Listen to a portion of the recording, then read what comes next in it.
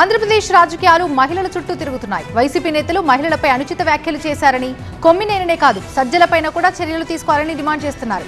ఇక మరోవైపు ఏపీలో శాంతి భద్రతలు క్షీణించాయంటూ రాష్ట్ర వ్యాప్తంగా ఆందోళనకు దిగారు వైసీపీ మహిళా నేతలు. చిన్నారులు, మహిళలను కాపాడాలని హోంమంత్రి అనిత రాజీనామా చేయాలని డిమాండ్ చేశారు.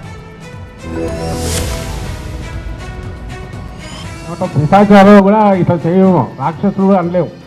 ఇదంతా సంకర ఇది ఉన్నట్టుంది. ఇవన్నీ కలిస్తే తయారైన తెగ ఏదో ఉంటున్నట్టుంది. ఆ తెగ పూనుకుంటే మాత్రమే ఇట్లా చేయగలదు.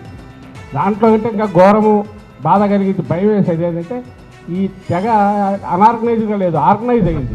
సజ్జల చేసిన ఈ వ్యాఖ్యలను టీడీపీ నేతలు తప్పుపడుతున్నారు. సీనియర్ నేతైన రామకృష్ణారెడ్డి మహిళలపై అనుచితంగా మాట్లాడడం సరికాదన్నారు మంత్రి లోకేష్.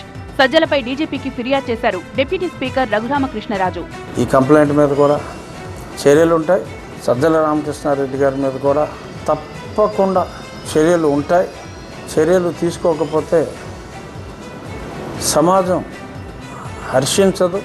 ఆంధ్రప్రదేశ్లో మహిళలపై అఘాయిత్యాలు పెరిగిపోయాయంటూ రాష్ట్ర వ్యాప్తంగా ఆందోళనకు దిగారు వైసీపీ నేతలు. అన్ని జిల్లాలు, నియోజకవర్గాల కేంద్రాల్లో ధర్నాలకు దిగారు. అధికారులు మహనీయుల విగ్రహాలకు వినతి పత్రాలిచ్చారు.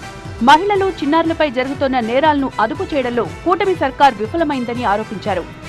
అరెస్ట్ చేసి భయభ్రాంతులకు గురి చేస్తే ఇక మేము చేసే తప్పులు ఎవరు మాట్లాడరు, ఎవరు చూపించరు అన్న క్రమంలో ముందుకు వెళ్తున్నారు.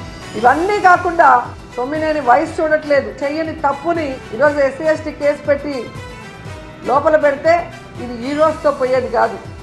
మీరు పెట్టిన ఈ విత్తనం మహావృక్షమై మీ అందరినీ కూడా ముంచేస్తుందని కూడా ఈ సందర్భంగా తెలియజేసుకుంటున్నాను.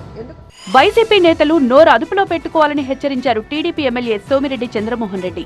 సజ్జల ఆయన ఒక అడ్వైజర్, క్యాబినెట్ ర్యాంక్, ఈయన ఒక కార్పొరేషన్ మాజీ చైర్మన్. కొమ్మినేని నువ్వు ఒక మాజీ ముఖ్యమంత్రివి. ఏం చేయాలనుకుంటున్నారు? సమాజంలో మీరు ఎట్లా తలెత్తుకొని తిరగాలనుకుంటున్నారు? ఇది మాత్రం సహించరాని విషయం.